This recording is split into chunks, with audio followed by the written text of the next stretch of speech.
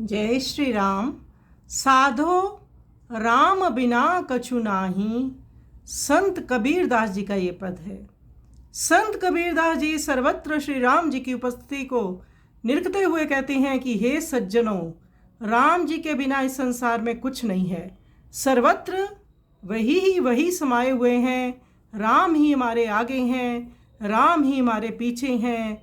राम जी के होने से हम बोलते हैं, वही हम ही में बोलते हैं। उत्तर दक्षिण पूरब पश्चिम सब और राम ही राम हैं। स्वर्ग पाताल पृथ्वी सूतल वितल में सब और राम ही राम समाये हुए हैं। हमारा विश्राम भी राम जी में ही है। उठते बैठते सोते जागते सब और मुझे राम ही दृष्टिगोचर होते हैं। राम के अतिरिक्त मुझे और कुछ नज़र नहीं आता।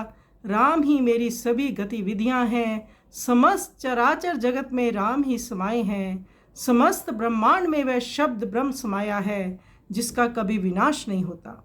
उन्हीं से सबकी सत्ता है। एक ही राम को मैं भजता हूँ, एक ही राम को मिलकर गाइए। कबीर दास जी कहते हैं कि राम से एकाकार होने पर अपना तो कुछ रहा ही नहीं है।